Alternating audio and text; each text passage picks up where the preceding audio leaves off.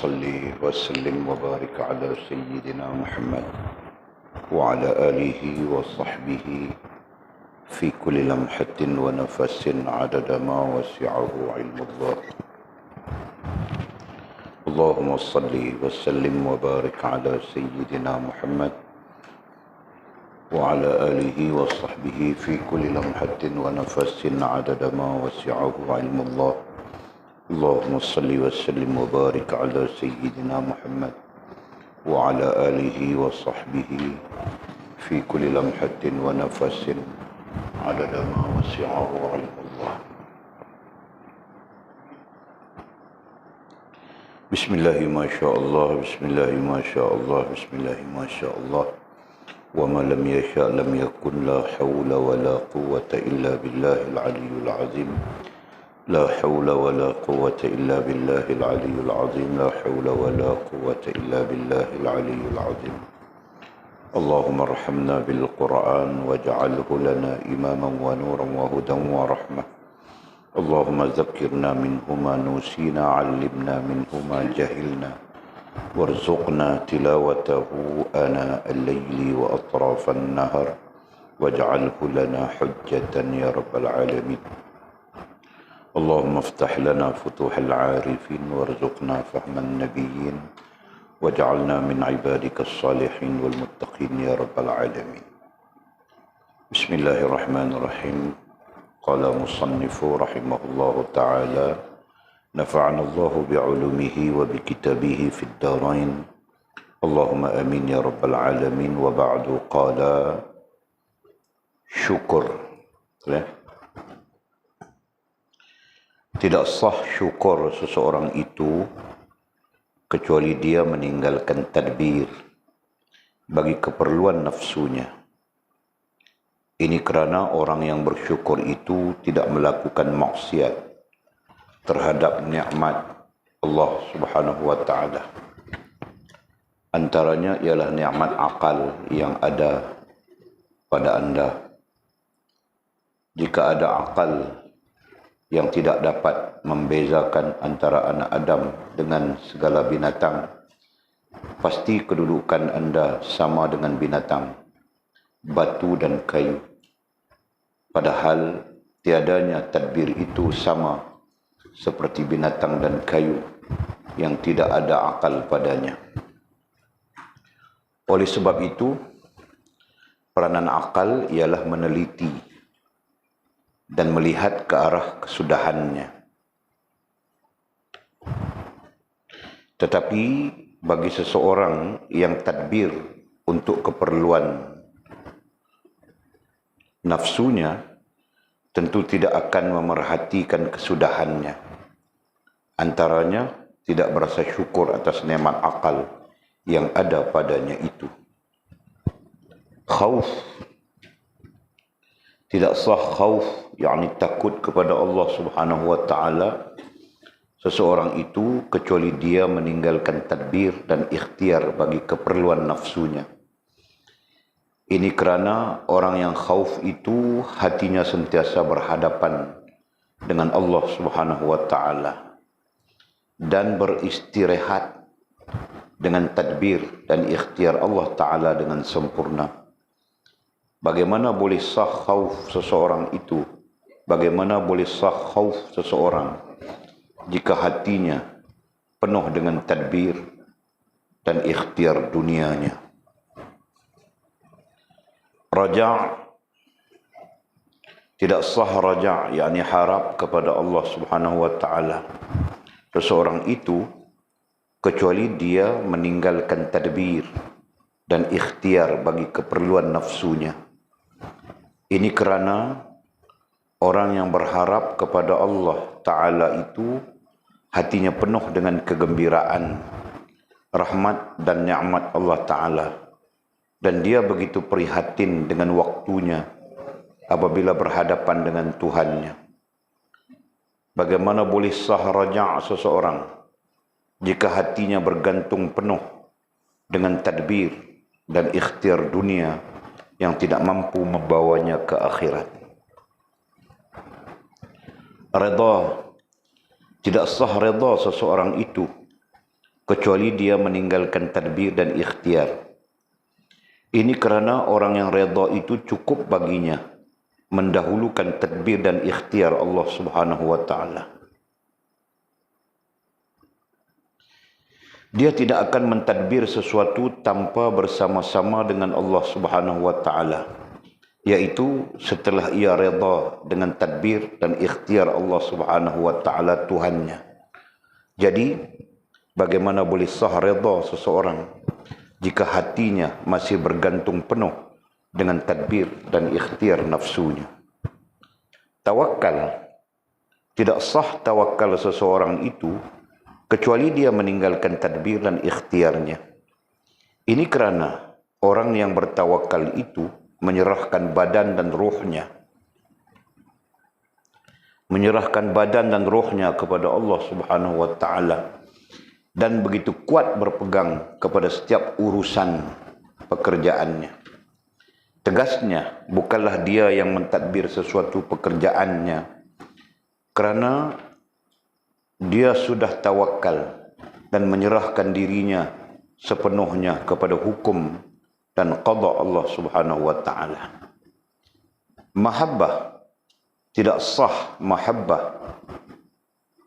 Tulisan pun tak betul. Bukan tidak sah, tidak sah. Perbetulkan. Tidak sah mahabbah, bukan mahabbah.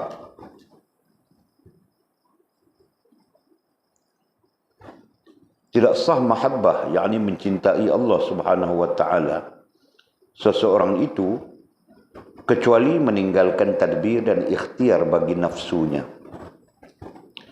Ini kerana orang yang mahabbah itu hatinya telah penuh dengan kegembiraan bersama dengan Allah Subhanahu wa taala, lantaran meninggalkan terus keinginannya itu untuk bersama-sama dengannya. Jadi bagaimana boleh sah mahabbah itu jika hatinya masih lagi bergantung sepenuhnya kepada tadbir dan ikhtiar dunia? Dan kata musannif, tajuk lain sudah. Okey. Kita sambung lagi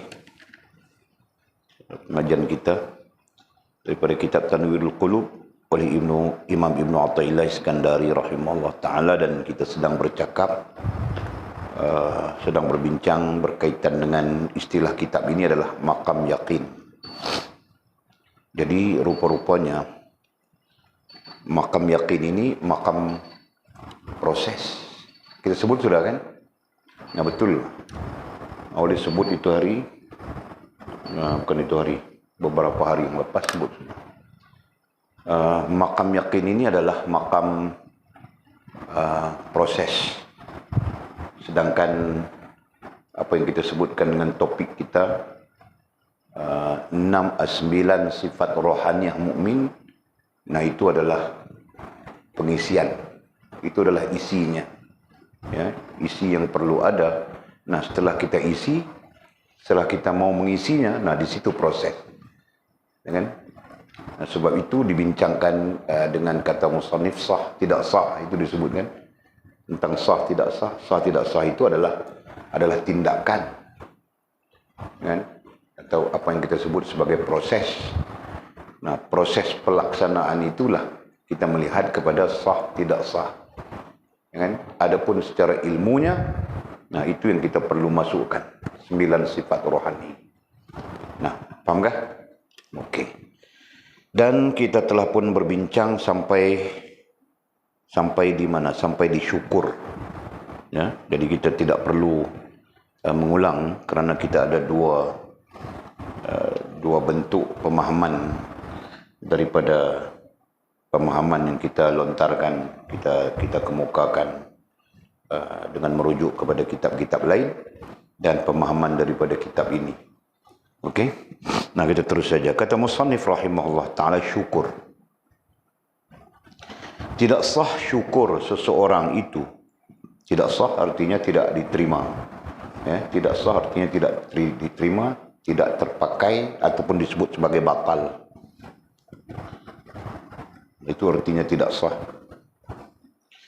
Tidak sah syukur seseorang itu kecuali dia meninggalkan tadbir bagi keperluan nafsunya. Nah, sama saja. Ya, tentang meninggalkan tadbir itu kita jelas sudah. Apa Fas? Apa maksud meninggalkan tadbir dan ikhtiar terkait dengan perbincangan kita ini?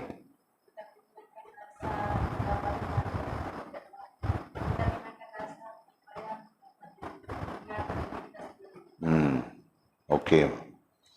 Meninggalkan rasa. Nah, apabila kita bercakap tentang isu-isu kerohanian khususnya, nah, jadi kita menyebut rasa dan perasaan, ya. Nah, jadi ini terkait dengan isu kerohanian. Okey, jadi kita menyebut meninggalkan rasa dan perasaan. Okey, jadi tidak sah syukur seseorang itu kecuali dia meninggalkan tadbir bagi keperluan nafsunya. Dia meninggalkan rasa dan perasaan bahawa dia berupaya mentadbir dirinya sendiri tanpa bergantung dengan Allah Subhanahu wa taala. Itu kan? Nah, berarti syukur itu tidak sah. Setinggi manapun, keadaan apapun, ya, syukur yang dilafazkan, ya, syukur yang dilafazkan, syukur yang diperkatakan, syukur yang disebutkan, ya kan, setinggi manapun, tetapi sekiranya kita masih lagi merasakan yang kita mempunyai daya dan upaya, ya, mempunyai daya dan upaya mengatur diri kita sendiri misalnya tanpa bergantung kepada Allah SWT, maka syukur itu tidak sah. Nah, itu saja. Syukur itu tidak benar, ya kan? Nah, apalagi jika kita melihat kepada kita memerhatikan syukur yang benar, syukur yang betul, gitu kan? Nah, jangan kita main faham syukur itu syukur saja. Semua orang syukur. Artis menang apa-apa pun syukur juga dia. Alhamdulillah, alhamdulillah, alhamdulillah. Ya kan? Jadi, apakah itu syukur? Apakah itu maksud syukur? Nah, belum tentu. Nah, hakikatnya, musannif ini berdasarkan kepada kitab ini menjelaskan tentang hakikatnya. Jadi hakikatnya syukur itu, ya, bukan mulutmu mengatakan alhamdulillah, bukan saja sedar diri. Nah, jauh lebih halus daripada itu, gitu kan? Ataupun kita pakai sedar diri, sedar bahwa kita tidak mempunyai daya dan upaya apapun, termasuk menguruskan diri kita sendiri. Nah, itu. Nah, itu baru mengesahkan syukur nantinya. Nah, begitu juga sifat-sifat yang lain kita bincang sudah. Ya, mengesahkan taubat, mengesahkan zuhud, mengesahkan sabar. Semuanya, ya, semuanya terkait dengan terkait dengan rasa dan perasaan kita, ataupun terkait dengan yang kita sebutkan tadi apa? Merasakan kita tidak punya daya dan upaya apapun, ya, itu memang itu hakikatnya, ya, karena daya dan upaya itu milik Allah Subhanahu wa taala, seperti mana yang kita sebutkan, la haula wala quwwata illa billahil aliyul azim. Nah, itulah hakikat, dengan kita tidak mempunyai daya upaya apapun. Sedar, ya? Nah, itu kesedaran yang perlu ada. Okey. Ini karena penjelasannya, ini karena orang yang bersyukur itu tidak melakukan maksiat. Tidak melakukan maksiat ai derhaka. Ini karena orang yang bersyukur itu tidak melakukan maksiat. Maksiat ai derhaka terhadap nikmat Allah Subhanahu wa taala. Jadi katanya, orang yang bersyukur, dia tidak akan derhaka dengan nikmat yang diberikan oleh Allah SWT. Nah, apa nikmat yang diberikan oleh Allah SWT? Nah, kita ambil saja mata. Nah, dia tidak akan derhaka kepada Allah Subhanahu wa taala dengan matanya. Dengan apalagi nikmat Allah SWT telinga. Nah, dia tidak akan derhaka kepada Allah Subhanahu wa taala dengan nikmat telinganya. Gitu. Kan? Apalagi, nah, segala-galanya, ya, yang difahami sebagai nikmat.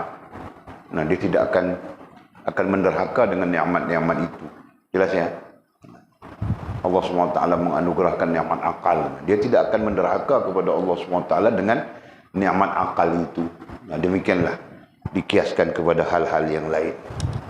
Nah, itulah orang yang bersyukur. Jadi kalau dia menderhaka kepada Allah SWT dengan nikmat-nikmat yang dianugerahkan oleh Allah SWT, nah mana mungkin sah syukurnya, mana mungkin betul syukurnya, gitu kan? Allah kasih mata, dia asyik tengok orang perempuan yang ajnabi saja. Kan? Allah kasih telinga, dia asyik tengok yang bukan dengar yang bukan merapu-rapu, ya kan?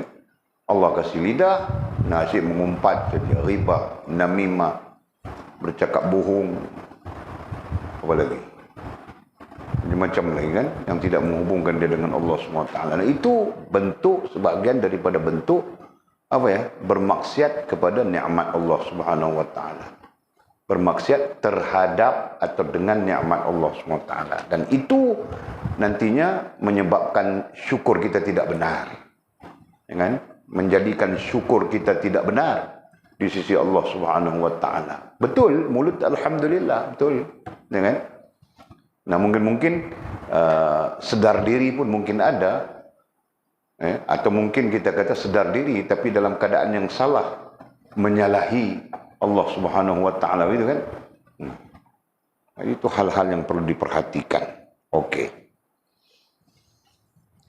Antaranya, kata musannif, antaranya ialah nikmat akal yang ada pada andai kita. Nikmat akal, antara nikmat Allah Subhanahu Wa Taala ialah nikmat akal. Apakah kita menggunakan akal kita untuk taat dan patuh kepada Allah, atau sebaliknya bermaksiat kepada Allah Subhanahu Wa Taala, kan? Nah, ada orang yang Allah SWT anugerahkan akal, bermaksiat kepada Allah SWT. Orang sibuk mau belajar ilmu, belajar agama, belajar kenal iman, Islam, ihsan, dia sibuk karaoke. Betul tak? Sekarang kita di Bukit Selambau ada karaoke besar, kan? Jangan sampai aku dengar kau pergi miji, kau dengan Jul 2 orang, 3 orang rantau pun kamu orang ajak diam-diam, kan? Jam 2 pagi kamu orang pergi karaoke. Nah, aku tahu semua tempat itu. Jangan, nikmat akal sepatutnya digunakan untuk menyampaikan kita kepada ilmu, kepada sedar diri, itu kan? Sepatutnya begitu. Ya, nikmat akal yang Allah SWT anugerahkan kepada kita patutnya menyampaikan kita kepada ilmu pertamanya. Ya, yang kedua sedar diri. Nah, boleh gunakan istilah kita, ya kan? Nah, itu.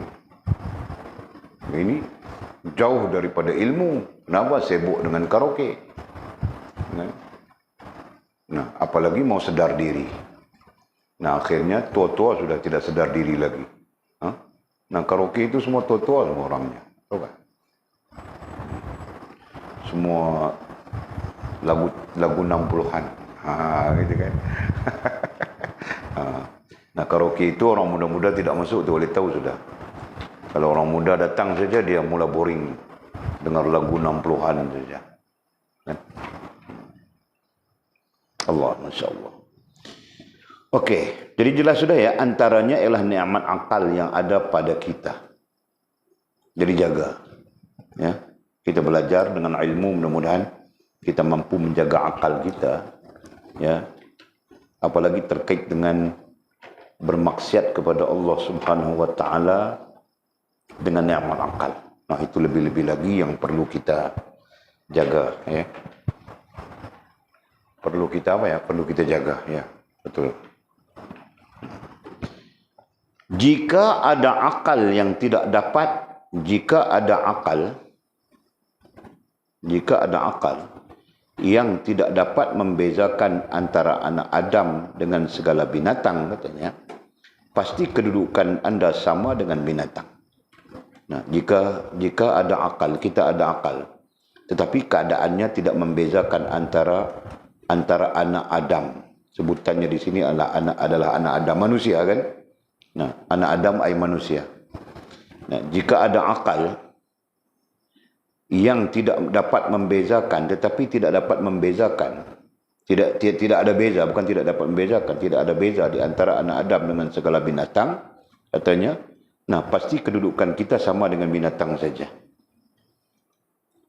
Kan? Kerana binatang juga diberikan oleh Allah Subhanahu wa taala akal. Ya. Tapi dalam tabiatnya, dengan pikir binatang itu tidak ada akalnya. Binatang juga mempunyai akal dalam tabiatnya, tahukah? Jika tidak, kambing-kambing itu tidak keluar, tahu dia ada pagar. Nah, tahu saja dia cari lubang mana mau keluar. Kambing-kambing kita itu. Hah? Betul kan? Nah, kalau dia tidak ada akal, dia pun tidak tahu pikir. Dari jauh nampak pagar saja, mau keluar macam mana. Nah, dia pun duduk di situ saja. Nah, sekarang dia cari jalan keluar. Pandai saja dia cari jalan keluar. Kan? Betul kan? Sila. Mana kau tahu? Ha? Nampak? Berarti kau pun tahu kambing itu ada akal kan? Nah, jika akal yang ada pada kita tidak membawa kita kepada taat kepada Allah SWT, tidak membawa kita untuk taat kepada Allah Subhanahu wa taala, faham kan? Akal yang ada pada kita tidak membawa kita untuk taat kepada Allah SWT. Sebaliknya, bermaksiat kepada Allah SWT. Nah, kita lebih buruk daripada kambing itu. Lebih buruk daripada haiwan, lebih buruk daripada binatang, faham kan? Justru Allah menjadikan manusia ini sangat berbeza. Ya. Allah menjadikan manusia sangat berbeza. Dilebihkan akal manusia daripada akal-akal yang lain. Lebih itu dipanggil kreatif. Ya. Akal manusia sangat kreatif. Faham kan? Nah, kambing tidak pandai buat gulai. Kalau nanti kambing pandai buat gulai, itu tanda mau kiamat sudah. Tahukah? Kambing tidak pandai buat kurma. Orang yang pandai buat kurma kambing. Betul? Nah, itu. Kalau kambing pandai buat kurma, nah itu tandanya mau kiamat sudah misi. Faham kah? Jelas ya? Nah, disitulah yang menunjukkan Allah Subhanahu wa taala memberikan akal kepada makhluk-makhluknya. Nah, bukan kita manusia saja. Ya, makhluk yang ada otak dijadikan oleh Allah Subhanahu wa taala, otaknya berarti ada akalnya. Ya. Cuma dengan tabiat yang berbeza. Nah, adapun akal manusia, akal yang Allah Subhanahu wa taala berikan kepada manusia. Sebagian ulama mengaitkan terus dengan jin. Nah, akal yang diberikan Allah kepada manusia dan jin, nah, akal itu mempunyai kemuliaan dan ketinggiannya tersendiri. Nah, apa? Nah, itu boleh sebut tadi kreatif. Ya. Nah, itu lebihnya akal manusia. Kreatif. Dan kreatif ini sepatutnya membawa kita atau menyampaikan kita kepada sedar diri. Nah, itu. Faham kah? Nah, itulah kreatif yang sebenarnya. Ya. Nah, jika tidak membawa kita kepada sedar diri, nah sudah tentu membawa kita kepada tidak sedar diri. Nah, itu istilahnya kan. Nah, sedar diri dengan tidak sedar diri. Nah, nanti terpakai pada semua sifat ya. Sedar diri. Nah, satu lagi, tidak sedar diri. Nah, boleh tulis saja. Nah, jadi kau senaraikan sifat sedar diri di bawah ini. Taubat. Nah, itu sifat sedar diri, kan? Dan sampai lagi, kan? Nah, habis sudah 1 sampai 9. 1 sampai 9, kan? Dan sekali mahabbah. Ya. Nah, ada lagi di sana sifat sedar diri apa yang tidak disenaraikan di situ mungkin, kan? Nah, kan? Nah, kemudian tidak sedar diri apa? Sombong. Ya, sombong ataupun takabur. Nah, sombong. Kedua apa? Macam-macam lagi yang buruk. Jadi kesimpulannya sedar diri itu sedar diri itu sifatnya adalah mahmudah. Nah, manakala tidak sedar diri itu sifatnya mazmumah. Nah, dulu Walid suruh buat tugasan senaraikan itu, kamu orang buat senarai sudah kan? Nah, Walid tidak kutip lah. Dulu. Nah, aku ingat apa tugasan yang aku kasih kamu orang. Tahu tak? Ada tugasan itu kan? Nah, jadi kamu orang buat apa tugasan itu? Buat kan? Buat kan? Tidak. Nah, tidak aku potong 10 markah di situ. Hah? Sudah. Siapa yang Fas tidak buat, dia bilang? Nah, kau sampai tidak tulis apa tugasan. Nampak tak? Nanti boleh cek balik saja. Tuliskah? Buatkah? Betul? Nah, buat berarti markah penuh. Lebih lagi markah lagi bagus ialah hafal. Kan? Nah, tahu sekurang-kurangnya 10 sifat mazmumah, tahu dia. 10 sekurang-kurangnya 10 sifat mahmudah, tahu dia. Nah, begitu. Jangan kosong saja dalam akalmu. Tidak tahu yang mazmumah itu apa, mahmudah itu apa. Kira lipstick kau saja. Kalau pink lah, kalau coklat lah, kalau biru lah. Lipstick pagi petang siang malam, buat apa? Contoh saja aku cerita. Okey, faham kan? Nah, jika ada akal yang tidak dapat membezakan antara anak Adam dengan segala binatang, pasti kedudukan anda sama dengan binatang. Nah, ini kata musannif.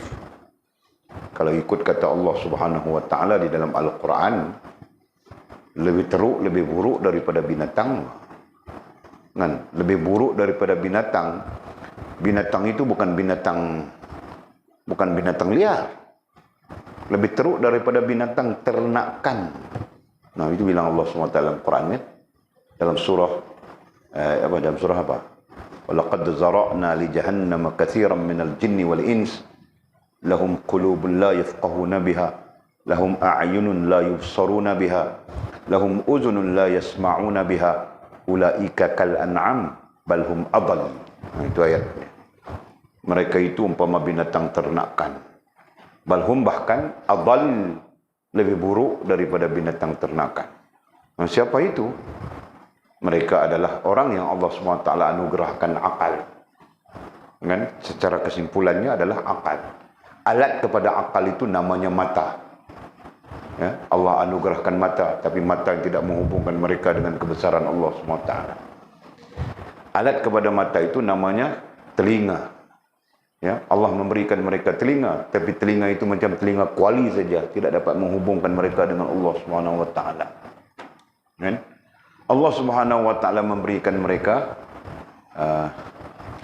qalb, hati. Kan? Hati pun hati batu saja. Dengan keras, tidak dapat menghubungkan mereka dengan Allah Subhanahu wa taala. Nah, ketika itu semuanya sabitannya adalah akal juga kan? Ketika Allah mengatakan mereka itu umpama binatang ternakan, bahkan lebih teruk, lebih buruk daripada binatang ternakan. Masya Allah. Mudah-mudahan kita tidak begitu.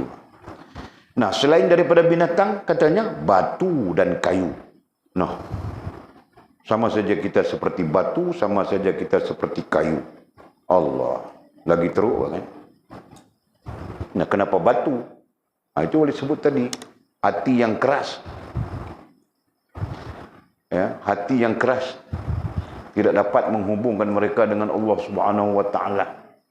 Ya, keras batu, keras lagi hati. Nah, kita jangan jadi orang yang keras hati. Ya. Dengan Allah Subhanahu wa taala khususnya. Lagi dan kayu katanya. Pun begitu kita jangan jadi seperti kayu. Ya, batu dengan kayu, nah itu lagi-lagi tidak ada akal langsung. Nah, kerana itu tabiat makhluk sesuai dengan tabiat makhluknya. Jika Allah memberi akal kepada batu, lagi susah kita kan. Mau buat jalan tidak boleh. Mau buat jalan orang pakai batu kan. Mau buat konkrit pun tidak boleh. Nah, itulah masalah kan. Jika Allah SWT memberi akal kepada kayu, nah orang-orang yang menoreh getah itu gila. 3 hari gila, 3 hari gila. Tahu tak? Kan? Ini hari dia pergi menoreh, dia mau menoreh, celaka punya orang menoreh, kurang ajar. 3 hari dia pun gila. Nah, manusia seorang jadi gila. Terkejut. Nah, Allah SWT tidak menjadikan pokok itu berakal, ya, sesuai dengan tabiatnya saja. Betul kan? Nah, kalau Allah Ta'ala menjadikan akal, orang yang chop kelapa sawit itu semua gila habis. Nah, sekali kelapa sawit ini kita dapat free saja, tahukah? Kita pun tidak boleh chop kelapa sawit. Sebab nanti kita jadi gila. Betul kan? Nah, kita suruh jin-jin yang gaib-gaib itu pergi chop kelapa sawit. Nah, kelapa sawit tidak nampak dia. Betul kan?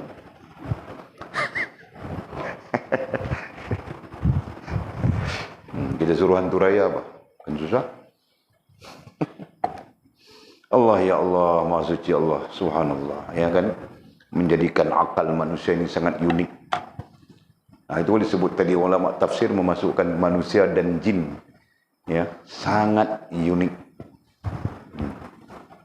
Nah, tinggal lagi lebih unik kalau akal manusia itu menghubungkannya dengan Allah Subhanahu wa taala. Nah, itu kan dalam keadaan tidak terhubung dengan Allah Subhanahu wa taala pun unik juga akal manusia ini. Betul kan? Ini kan? Nah, jika tidak unik dia tidak boleh buat apa? Komputer kah? Kan? Teknologi canggih-canggih itu kan. Nah, Walid baca lagi satu, Walid baca sempat baca tadi. Letih-letih tadi sempat baca apa? Meniru teknologi aliens, teknologi UFO. Kan? Antara negara yang membangun yang cuba untuk ciplak teknologi aliens ini, Amerika, France, Jerman dan China. Kan? Nah, dia orang cuba untuk ciplak. Panggil apa ya? Panggil ciplak kan? Kopi-kopi. Nah, tapi setakat ini tidak berjaya. Kan? Tidak berjaya. Ada faktor-faktor, Walid tidak sempat baca lagi artikelnya tadi. Faktor-faktor, kalau Amerika dia berbincang tentang faktor apa ya? Tenaga untuk menggerakkan kapal. Kan? Apa tenaga yang dipakai, dia orang sedang membincangkan itu. Nah, kan? Syok juga boleh baca benda-benda pelik-pelik macam tu, tahu tak? Okey. Padahal tiadanya tadbir itu sama seperti binatang dan kayu yang tidak ada akal padanya. Jadi, padahal tiadanya tadbir itu sama seperti binatang dan kayu yang tidak ada akal padanya. Nah, bahasa mudahnya begini, susah ayatnya itu. Bahasa mudahnya begini saja. Kayu, batu, nah mereka ini pada dasarnya tidak ada tadbir, melainkan segalanya pada Allah Subhanahu wa taala. Faham kan? Nah, batu, kayu, nah mereka tidak ada tadbir. Nah, jadi kalau kita kaitkan batu, kayu, itu apa ya? Itu yang kita lihat dengan mata kita kan. Yang namanya batu, yang namanya tumbuh-tumbuhan. Nah, mereka pada dasarnya tidak ada tadbir. Ya? Tidak ada pergantungan kepada diri mereka sendiri. Ya kan? Nah, mereka mutlak. Boleh guna istilah mereka ya. Walaupun mereka itu kewajarannya adalah untuk manusia. Ya kan? Yang lain-lain kita tidak guna istilah mereka, betul kan? Mana ada orang guna istilah mereka untuk kerbau, adakah? Mereka itu sedang pulang ke kandang mereka. Nah, ada. Kalau ada cikgu yang mengajar begitu, nah kita ajar dia balik. Cikgu salah lah begitu. Kan? Nah, salah dari segi tata bahasa. Kan? Kalau dia bilang, kau tahu mana salah? Kamus Dewan edisi keempat, kasih tahu dia. Muka surat 128. Ya betul Pak? Aku yang baca itu. Cikgu pun dia bukan ingat kamus Dewan, tahu tak? Jadi kalau kita tembak pun dia bukan tahu. Okey Pak. Nah itu tadi ya, padahal tiadanya tadbir itu sama seperti binatang dan kayu yang tidak ada akal padanya. Justru sebenarnya mereka tidak terikat langsung dengan isu tadbir. Ya, kayu, batu, nah mereka tidak. Yang lain mengatakan para malaikat, makhluk-makhluk Allah SWT yang lain, yang mereka tidak terikat langsung. Kenapa? Karena mereka memang menyerahkan diri mereka bulat-bulat kepada Allah SWT, termasuk arash yang agung. Ya, termasuk arash yang agung. Nah, mereka menyerahkan diri mereka kepada Allah SWT. Tidak ada dolak-dalik lagi. Kan? Termasuk kursi yang berada di bawah arash yang besar itu. Nah, mereka menyerahkan diri mereka kepada Allah SWT. Dan sekalian makhluk yang lain, kecuali jin dan manusia. Ya, lantaran itulah Allah menyebut dalam Al-Quran, Subhalillahi ma fis samawati wa ma fil ard. Nah, seluruh makhluk Allah SWT. Ya, perkataan sabbaha ditafsirkan oleh mufassir dengan taat dan patuh. Sabbaha, perkataan sabbaha itu maknanya bertasbih. Ya, bertasbih memuji, bertasbih kepada Allah SWT sekalian makhluk yang ada di langit, yang ada di bumi, yang ada di mana-mana. Ya, kan? Nah, kemudian ulama tafsir menafsirkan sabbaha itu dengan taat dan patuh kepada Allah Subhanahu wa taala. Nah, ini berarti sekalian makhluk taat dan patuh kepada Allah Subhanahu wa taala. Kan? Antara makna taat dan patuh itu adalah menyerahkan diri. Ya, di antara makna taat dan patuh itu adalah menyerahkan diri. Ini berarti arash menyerah diri kepada Allah, kursi menyerah diri kepada Allah. Ini dua makhluk Allah yang besar ini. Kan? 7 pelantala langit menyerah diri kepada Allah. Kan? Sekalian makhluk yang lain semuanya menyerah diri kepada Allah. Semuanya taat dan patuh Allah. Illal jinni wal ins, kecuali jin dengan manusia. Nah, jin dengan manusia ada yang taat patuh, ada yang tidak. Nah, berpunca dari apa? Berpunca dari Allah Subhanahu wa taala memberikan akal. Nah, itu saja. Kan?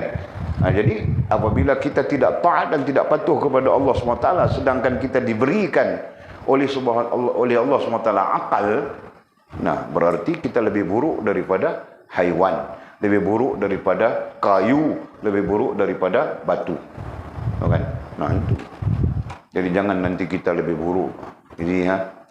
Nah, jadi salah satu tanda kita ini macam batu, macam kayu adalah tidak mau dengar cakap.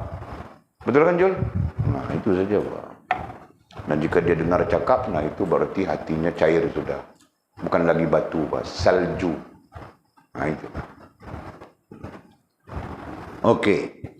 Oleh sebab itu, kata musannif, oleh sebab itu, peranan akal, peranan paham ya? Peranan ya?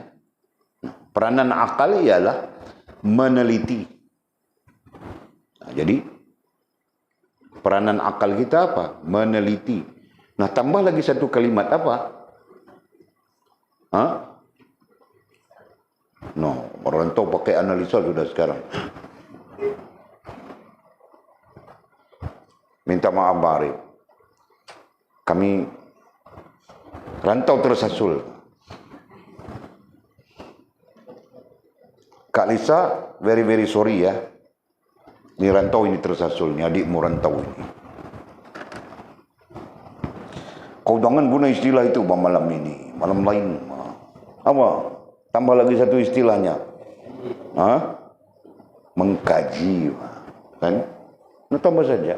Oleh sebab itu peranan akal ialah meneliti dan mengkaji. Nah, meneliti dan mengkaji itu apa, Lina? Belajar. Nah, itu peranan akal. Kan? Maka belajarlah kita itu. Oleh sebab itu peranan akal ialah meneliti, nah tambah dan mengkaji, ya, dan melihat ke arah kesudahannya, dan melihat ke arah kesudahannya. Nah, apa maksud melihat ke arah kesudahannya? Ada yang lain mengatakan pandang ke depan, jangan pandang belakang, nanti nampak hantu. Jangan. Jadi melihat kepada kesudahannya, ke arah kesudahan artinya pandang ke depan. Ya. Ke depan pun masih depan, ya kan? Nah, terserah kita punya faham, tapi hakikatnya adalah melihat kepada kesudahan itu lebih bagus, kan? Melihat kepada kesudahan itu lebih bagus. Kesudahan sebagai ending, ya? Sebagai pengakhiran. Itu Pak. Kesudahan ai pengakhiran. Jadi itu termasuk dalam peranan akal.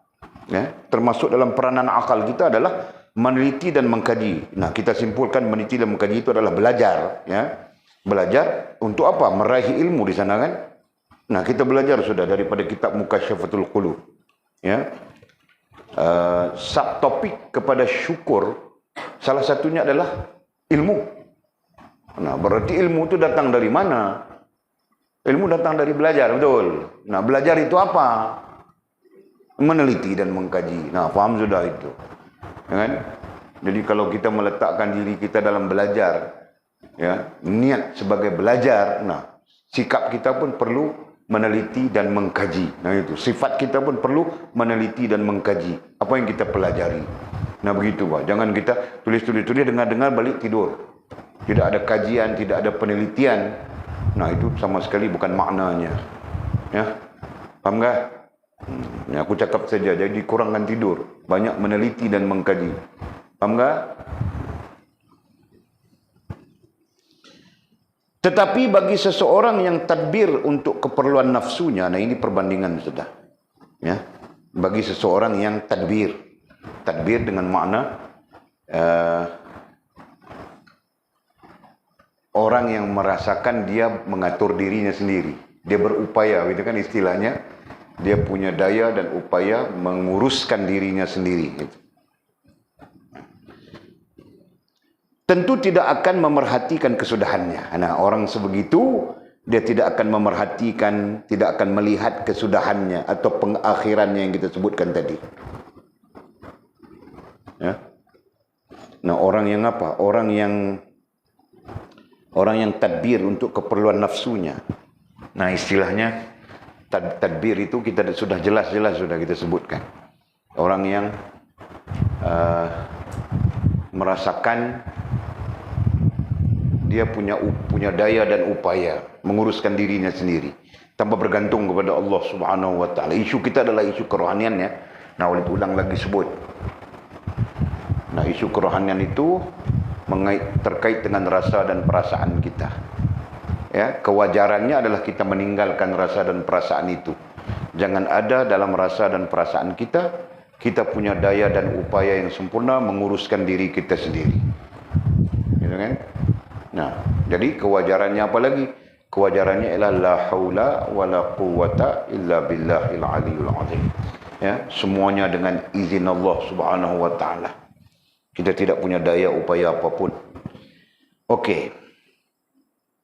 Jadi katanya, bagi seseorang yang tadbir untuk keperluan nafsunya, dengan makna merasakan punya daya dan upaya sendiri, ya, tentu tidak akan memerhatikan kesudahannya. Dia tidak akan melihat kesudahannya bagaimana. Nah, sedang kita belajar sudah, kesudahan kita adalah kembali kepada Allah Subhanahu wa taala. Ya. Sudahan kita adalah kembali kepada Allah Subhanahu wa taala. Innal ladzina amanu thumma kafaru thumma amanu thumma izdadu kufran. Bukanlah. Apa dalilnya? Thumma ilaina turja'un. Apa dalilnya?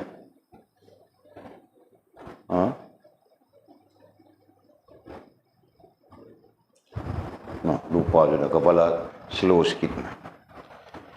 Apa dalilnya? Baca kuat rentau. Dalil kita akan kembali kepada Allah SWT. Itu pun boleh juga, Pak. Itu pun boleh juga. Tapi ada satu dalil yang terang-terang memberitahu kau akan kembali kepada Allah SWT. Nah, itu yang ku mau. Kan inna lillahi wa inna ilaihi raji'un itu terlalu umum. Kerbau pun inna lillahi wa inna ilaihi raji'un. Bekho kita mati tengah jalan pun inna lillahi wa inna ilaihi raji'un. Nah, kan itu dalil yang umum, terlalu umum. Spesifiknya lupa sudah.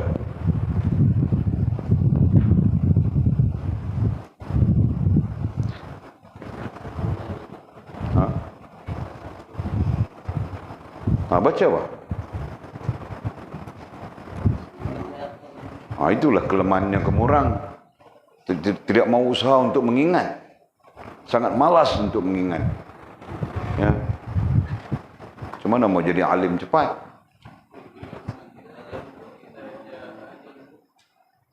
Itu tentang kematian, tentang ajal. Nah, yang merantau sebut tak betul itu. Apa dia? Mana salah apa kau baca tu? Kaifa takfuruna billahi wa kuntum amwatan fa ahyakum thumma yumitukum thumma yuhyikum thumma ilaihi turja'un. Nah, ayat itu terus-terus sebut kita thumma ilaihi turja'un. Ta mudhara'ah itu. Berarti kamu termasuk aku juga, Pak. Kan? Nah, perlu kembali kepada Allah Subhanahu wa taala. Nah, itu kesudahan. Nah, bagi orang-orang yang memikirkan kesudahan, artinya aku akan kembali kepada Allah Subhanahu wa taala. Nah, sudah barang tentu dia akan melakukan kebaikan-kebaikan sebagai persediaannya, betul? Nah, begitu. Jika tidak ada di dalam akalnya, tidak memikirkan kesudahannya, nah dia pun tidak pikir mau jadi baguskah, mau berubahkah, mau apakah, kan? Syok saja hidupnya. Hidup penuh dengan apa? Dengan syok. Kan? Petang-petang pergi di pantai pakai seluar dalam saja dengan syok. Betul kan? Nah, mana boleh kita begitu, Mizi. Kita ada kesudahan kan, Mizi kan? Nah, jadi takut cuma. Kita perlu sentiasa ada rasa takut kepada Allah SWT. Takut mati kita sebelum Allah SWT terima diri kita kan. Nah, Walid sekarang pikir itu. Takut mati sebelum Allah SWT menerima diri kita. Faham tak? Bagaimana kalau kita mati dalam keadaan Allah SWT tidak menerima diri kita? Masya Allah. Dan kita belajar itu, prosesnya itu kan. Nah, mati tetap mati, siapapun, ya kan? Nah, nanti bangkit kita di depan Allah SWT. Kesudahan yang kita sebutkan tadi, hari kesudahan itu. Nah, ternyata ada dua saja. Kau berada di dalam nikmat atau kau berada di dalam sengsara selamanya. Allah, Masya Allah, la hawla wa la quwwata illa billah. Nah, jadi karena itulah kita perlu membebaskan diri kita daripada apa kita sebutkan, daripada tadbir nafsi kita sebutkan itu, daripada merasakan kita ada daya dan upaya mengatur diri kita sendiri. Ya kan? Nah, kita perlu serah kepada Allah Subhanahu wa taala. Perlu mengikut prinsip-prinsip yang telah digariskan oleh Allah SWT di dalam Al-Quran, ya, dan diajar oleh baginda Nabi SAW. Itu perlu. Dan ini nantinya akan bercanggah dengan konsep yang kita sebutkan di sini. Kita akan bercanggah dengan konsep daya dan upaya itu mutlak milik Allah Subhanahu wa taala. Kita cuma menerima izin daripada Allah Subhanahu wa taala, bercanggah. Melainkan kita orang yang tanam semat di dalam akal kita, belajar, meneliti, mengkaji, yang kita sebutkan tadi ya, tentang kesudahan kita. Nah itu. Nah, dia akan memberikan pengaruh. Ya, pengaruh memikirkan kesudahan itu akan membawa kita berhubungan dengan Allah SWT. Dalam bahasa yang paling mudah kita gunakan sudah, akan membawa kita kepada sedar diri. Nah itu. Dengan sedar diri. Nah, baru kita akan kembali, ya Allah, ampunkan dosaku, ya Allah. Aku ini hamba-Mu yang lemah. Ya, terlalu banyak dosa-dosa yang telah kulakukan. Begini, begitu, macam-macam kan. Baru betul. Nah, jika tidak, mau minta ampun pada Allah pun susah. Dia boleh melalak karaoke 3 jam, 2 jam. Nah, dia mau minta ampun 5 minit pun susah, tahu kah?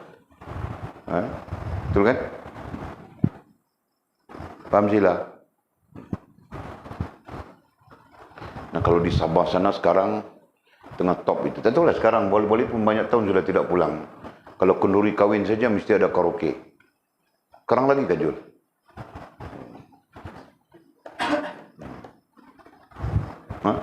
Kau perlu pulang? Macam itu lagi kah?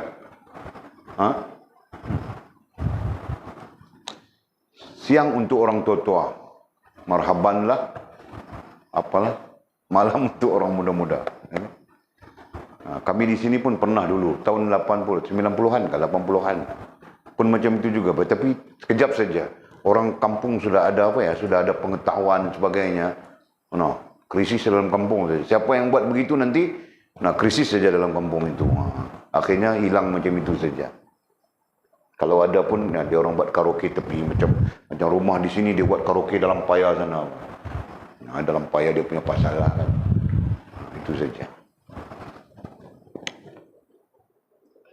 Mudah-mudahan Allah menjadikan kita orang yang sentiasa memikirkan kesudahannya. Al-Quran mengajar kita begitu. Alladzina yu'minuna bil ghaib wa yuqimuna as-salah wa mimma razaqnahum yunfiqun. Walladzina yu'minuna bima unzila ilaika wa ma unzila min qablik wa bil akhirati hum yuqinun. Allah menutup Allah menutup ayat. Dipanggil apa ya dalam istilah tafsir? Ulumut tafsir.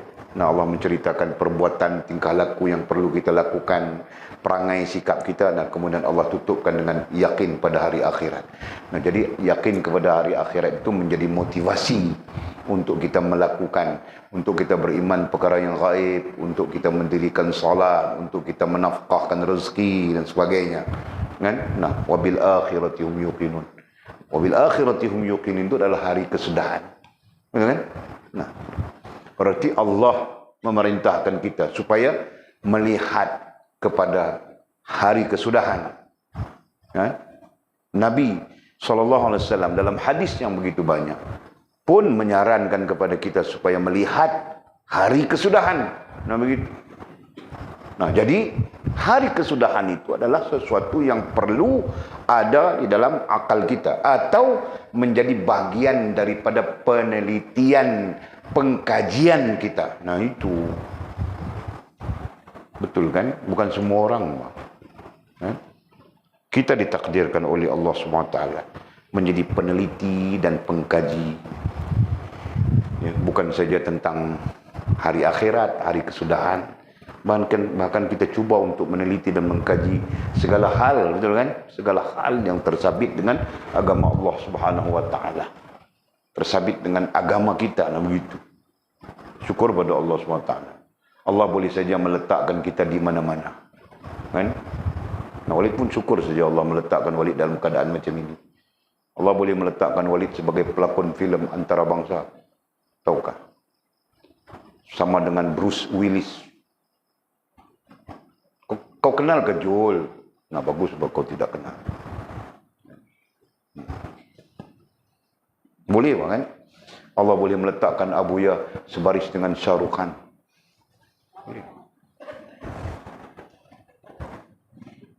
Allah boleh buat apa yang dia mau buat kan? Allah boleh meletakkan kita semua di pasar malam mana-mana, tahu tak? Bukan berada di masjid, bukan berada di surau malam ini belajar, di pasar malam. Boleh. Ternyata Allah SWT memilih kita berada di suasana seperti ini, majlis seperti ini, ya kan? Sudah barang tentu kita berada di dalam kebaikan yang besar. Selama mana kita menjaga niat kita, ya kan? Selama mana kita tawadhu' kepada Allah Subhanahu wa taala. Kita berada di posisi yang betul. Berdasarkan kepada hadis yang banyak, berdasarkan kepada dalil yang banyak. Itu kan? Masya-Allah. Okey. Kemudian kata musannif, antaranya tidak rasa bersyukur atas nikmat akal yang ada padanya. Jadi salah satu apa ya? Salah satu tanda tadi istilahnya apa? Maksiat ya. Istilahnya tadi apa? Melakukan maksiat terhadap nikmat itu tadi kan.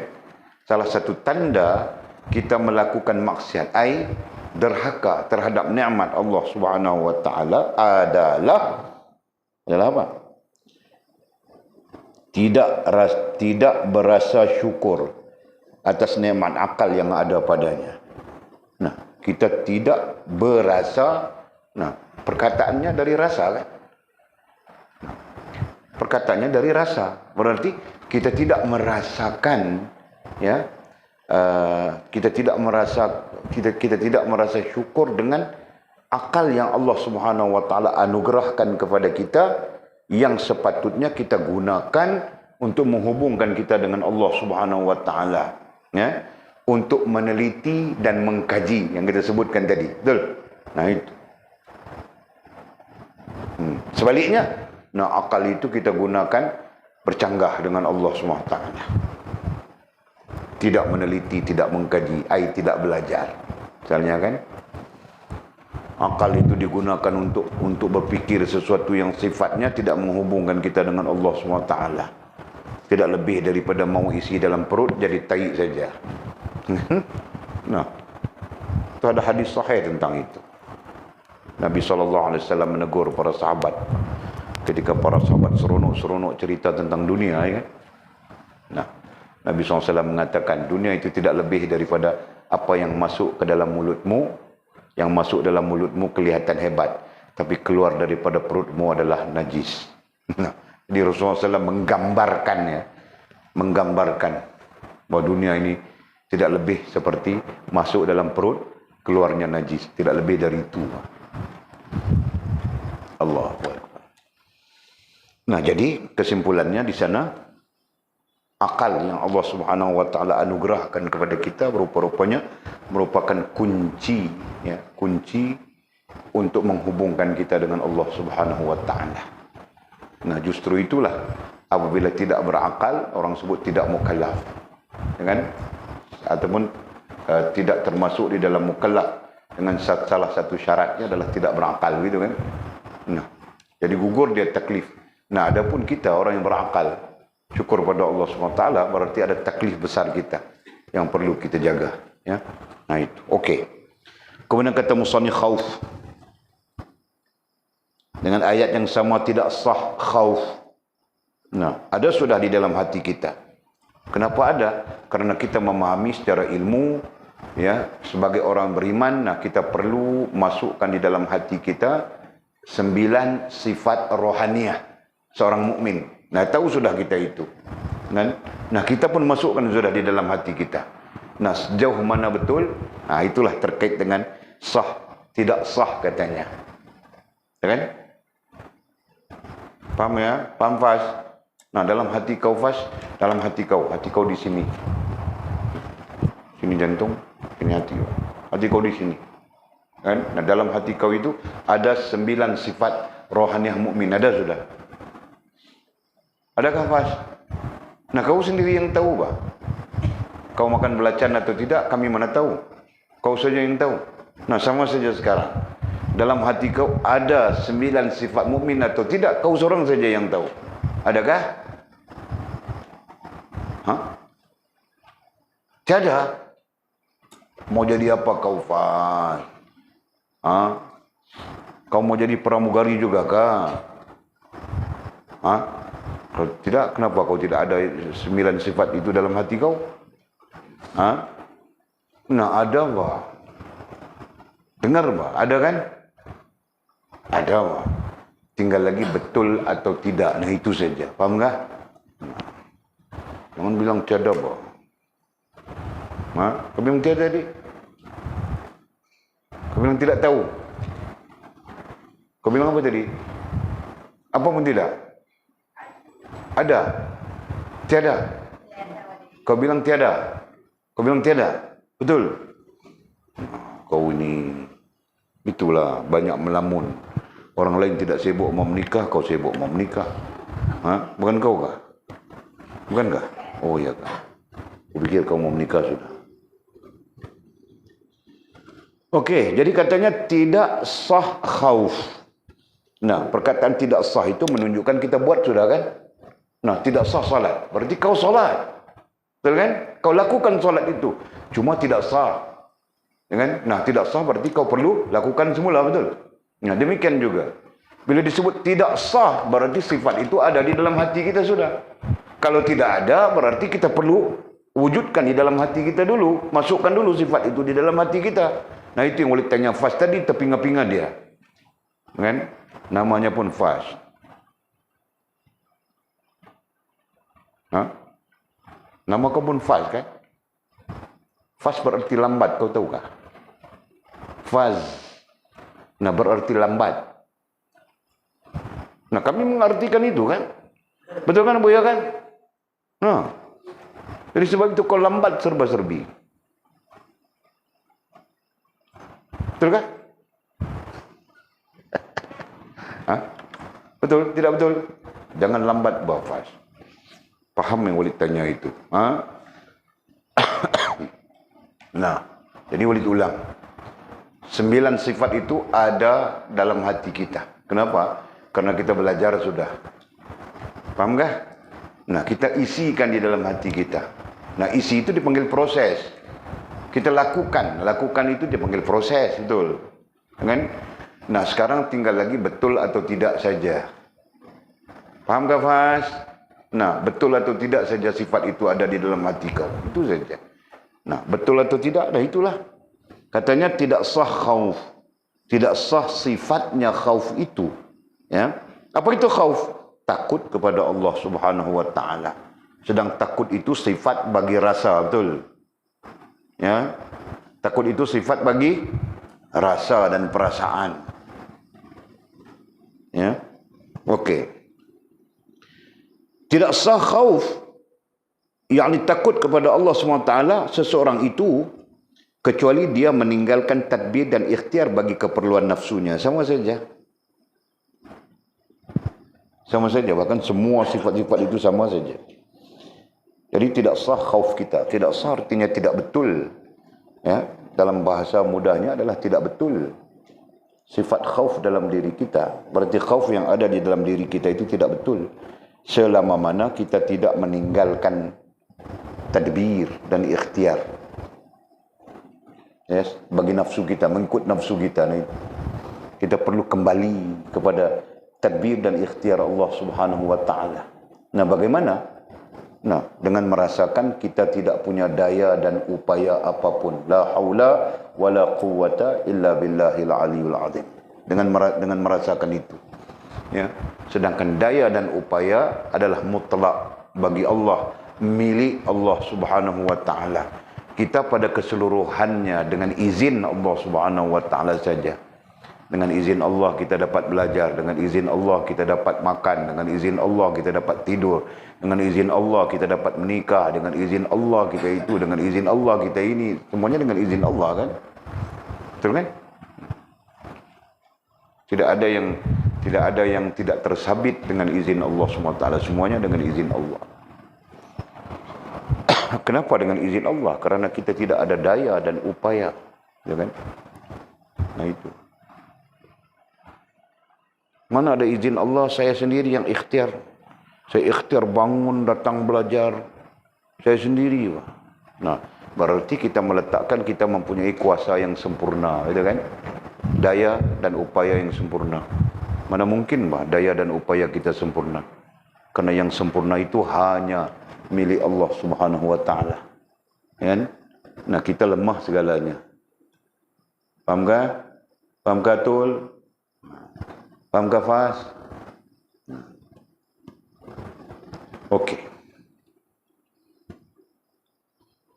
Ini kerana, kata musannif, ini kerana orang yang khauf itu hatinya sentiasa berhadapan dengan Allah Subhanahu wa taala.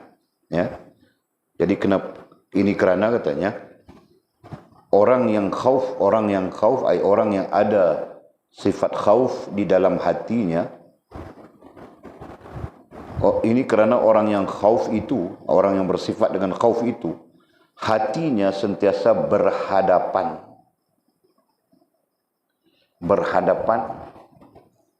Istilah Arabnya adalah wajah. Ya kan? Bukan wajah ya, bukan wajah. Wajah. Nah, itu berbeza istilahnya.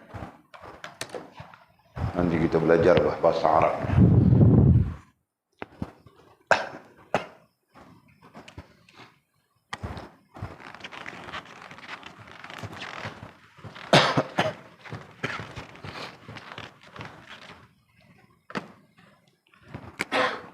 Wajah itu muka, kan? Muka itu panggil wajah, kan? Nah, wajah teks Arabnya wajah Sama saja. Wajjahu. Ini wajah. Bacaan sama saja. Wajah. Nah, wajah macam tu. Atau wajahu macam tu saja. Okey? Ini Arabnya. Okey. Jadi, wajah ini maknanya muka. Ya. Sedangkan wajah ini maknanya menghadap. Berhadap. Berhadap, menghadap, berhadap. Terhadap tidak boleh ya. Jangan terhadap pula di sini. Ya. Menghadap, berhadap, istilah yang paling masyhur adalah berhadap-hadapan. Ini istilah yang paling masyhur di kalangan ulama. Nah, seperti mana kita sebutkan di dalam doa iftitah kita. Ketika kita menyebutkan doa iftitah, wajjahtu wajhiya lilladzi fataras samawati wal ard. Aku menghadapkan diriku. Wajjahtu, nah itu aku menghadapkan diriku. Wajhiya lilladzi, kepada, itu dipanggil hadapan, itu dipanggil berhadap-hadapan. Dengan wajjahtu wajhiya lilladzi fataras samawati wal ard. Aku menghadapkan diriku ya, ke hadapan, berhadapan itu. Berhadapan dengan siapa? Dengan yang menciptakan 7 petala langit. Wajjahtu wajhiya lilladzi fataras samawati wal ard. Kan? Jadi itu maknanya. Okey. Jadi apabila disebutkan, musannif menyebutkan, ini kerana orang yang khauf itu hatinya sentiasa berhadapan. Nah, lebih tepat berhadap-hadapan. Ya, nanti istilah itu akan digunakan pakai dalam kitab-kitab yang lebih besar bila kita buat kajiannya. Nah, dalam Ihya Ulumuddin misalnya. Istilah itu yang digunakan pakai. Berhadap-hadapan. Okey. Ini kerana orang yang khauf itu hatinya sentiasa berhadap-hadapan dengan Allah Subhanahu wa taala. Nah, kita cari sikit apa itu berhadap-hadapan. Nah, para ulama menafsirkan berhadap-hadapan itu dengan makna Allah sentiasa melihat kita dan kita sentiasa melihat Allah. Nah, itu maknanya fa'budullah ka'annaka tarahu fa in lam takun tarahu fa innahu yaraka. Nah, itu. Di mana datang ayat itu? Sila. Ayat yang boleh kecakap tadi, fa'budullah ka'annaka tarahu fa in lam takun tarahu fa innahu yaraka. Di mana datangnya itu, ayat itu? Kau jumpa di mana? Kau seperti tahu-tahu saja ayatnya. Nah, aku nak tengok bah kau punya mulut terkumat-kamit saja tadi. Nah.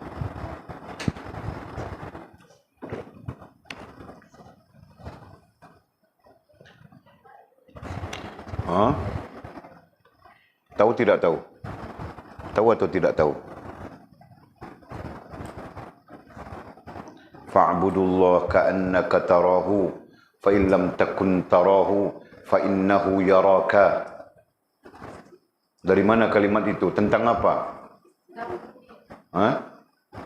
Tentang? Oh, biar betul sila.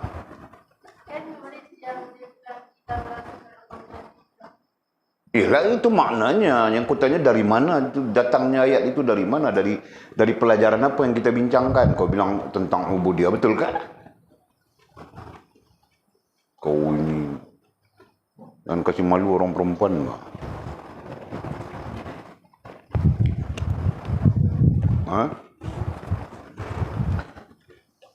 Mimi, kau apa? Kau ni sila cakap kasih jelas ke? Hadis Jibril. Nah, kalau dari hadis sumbernya memang betul kan? Kalau dari sumbernya ya itu sumber dipanggil kan? Nah, kita panggil ilmu sumber itu. Nah, topiknya Bukan hadisnya, bukan sumbernya, topiknya. Kita belajar tentang apa? Terkait rapat dengan apa? Nah, hadisnya kau jumpa sudah. Tentang apa itu? Nah, itu saja soalanku, Pak. Bukan kutanya yang berjela-jela. Kau pikir aku ni guru yang kejam kah? Tanya kau suatu soalan yang berjela-jela begitu. Tanya itu, jawapan kau sikit saja. Tentang ihsan. Nah, selesai. Mana kau mau cari guru yang bagus macam aku?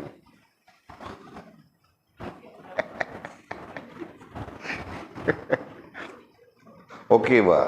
Tentang ihsan kan? Nah, hadis itu tentang apa?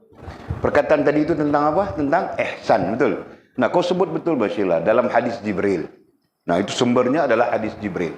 Ya, fa'budullah ka'annaka tarahu, apabila Nabi SAW, apabila malaikat bertanya kepada Nabi tentang ihsan, dan Nabi SAW pun menjawabnya.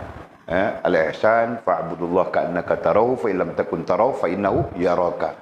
Nah, itulah terkait dengan yang kita bincang langsung ini. Ya. Jadi sentiasa berhadap-hadapan dengan Allah SWT. Kita sentiasa merasakan kita melihat Allah. Atau nah, itu lemah sudah. Kuatnya, bagusnya, terbaiknya adalah kita melihat Allah Subhanahu wa taala. Nanti timbul pertanyaan, melalui apa? Melalui kebesarannya yang kita lihat pada sirah alami dan sir nafsi, betul kan? Nah, itu yang terbagus. Nah, mungkin saja nanti kita lemah untuk begitu, untuk merasakan begitu. Nah, kita rasakan Allah melihat kita. Ya kan? Nah, jika Allah melihat kita pun kita tidak dapat merasakannya, nah berarti kita sudah kena penyakit. Ya. Apabila kita tidak dapat merasakan Allah melihat kita, nah berarti kita kena penyakit sudah. Penyakit apa? Nah, itulah penyakit rohania. Ya. Penyakit rohania ada berapa, Mizi? Apa, Mizi? Nah, itulah penyakit rohania. Namanya syirik yang pertama. Yang kedua, namanya nifak. Yang ketiga, namanya fasik. Ya kan? Nah, itu penyakitnya. Okey. Dan istirahat katanya. Ini tentang hati orang yang ada sifat khauf ya. Sentiasa dia merasakan berhadap-hadapan dengan Allah SWT dan beristirahat. Dan hati orang yang ada sifat khauf ya, hatinya beristirahat katanya. Ya. Dan beristirahat dengan air terhadap. Dan beristirahat, nah hatinya beristirahat, relax, ya kan? Hatinya beristirahat artinya hatinya relax, begitu. Dengan air terhadap tadbir dan ikhtiar Allah Taala dengan sempurna. Nah, jadi dia tidak mengambil, tidak terlibat atau tidak mengambil bahagian dalam kerja Allah Subhanahu Wa Taala, af'al Allah Subhanahu Wa Taala. Ya, nah kerana apa? Kerana tadbir dengan ikhtiar itu adalah hak mutlak Allah Subhanahu Wa Taala. Kita perlu tinggalkan itu. Nah, itu maksudnya. Jadi hatinya beristirahat, akalnya berehat, hatinya berehat. Akalnya beristirahat, hatinya beristirahat daripada mengambil tadbir dan ikhtiar Allah Subhanahu Wa Taala. Faham tak? Nah, itu. Nah, dalam arti kata yang mudahnya adalah kita tidak perlu sibuk urusan Allah. Jangan kita sibuk urusan kita dengan Allah. Faham tak? Nah, begitu. Kau mau sibuk Allah SWT buat apa begini, buat apa begitu, untuk apa? Nah, kita sibuk urusan kita. Sudah buat ke apa yang diperintahkan oleh Allah SWT? Begitu, Pak. Sama macam orang ya. Orang Melayu Pulau Pinang bilang begitu. Oh, dia sibuk dengan jambatan Pulau Pinang. Orang Kedah ada apa? Kami orang Pulau Pinang ada jambatan. Dia sibuk dengan jambatan Pulau Pinang. Tanya, kau ada share kah? Tiada apa. Nah, kalau tiada, kau sibuk buat apa? Macam itulah. Kan? Ya kan? Jangan kita sibuk urusan Allah. Kita sibuk urusan kita. Ya, urusan yang telah ditetapkan oleh Allah SWT kepada kita. Betul? Nah, itu saja. Sama juga nasihat ulama kepada kita. Jangan kau sibuk tentang pahala. Kau sibuk untuk melakukan kebaikan dengan niat yang betul. Nah, itu urusan kau. Adapun urusan pahala itu urusan Allah SWT. Nah, tapi sekarang orang sibuk urusan pahala. Kan? Silap kita. Mengambil hak Allah. Ya. Jadi letih kita. Kan? Okey. Bagaimana boleh sah khauf, kata musannif? Bagaimana boleh sah khauf jika seseorang, bagaimana boleh sah khauf, sifat itu ya, seseorang jika hatinya penuh dengan tadbir dan ikhtiar dunianya, katanya. Nah, mana mungkin boleh betul sifat khauf yang ada di dalam hati kita? Mana mungkin betul, bah? Jika hati kita penuh dengan tadbir dan ikhtiar dunia. Nah, dalam arti kata yang lain, merasakan ataupun meletakkan daya dan upaya pada diri sendiri. Ya kan? Nah, mana mungkin? Betul. Boleh faham ke itu? Nah, kembalikanlah hak Allah kepada Allah. Dan itulah makna ubudiyah yang sebenar. Kan? Kita mengembalikan hak Allah kepada Allah. Kan? Dan kita meletakkan diri kita di keadaan kita. Nah, itulah sebahagian daripada syukur. Sebenarnya sifat itu masuk dalam syukur kalau kita bincangkan. Antara makna syukur itu apa? Ini rantau. Makna syukur itu apa rantau? Antara makna syukur saja kita ingatkan kembali saja.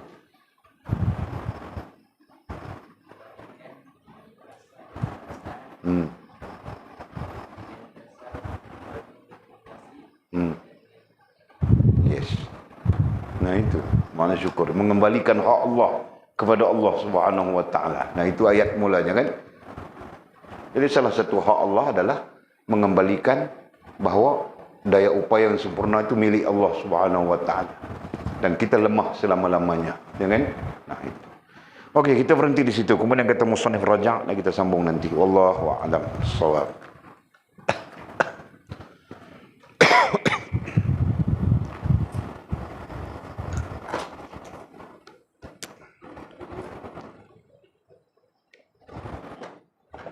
Ada soalan tak?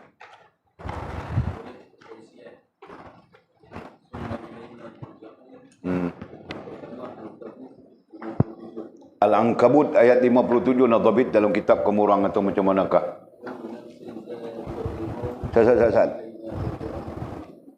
Tentang turja'un Okey, Al-Ankabut ayat 57 lagi. Al-Anbiya 35.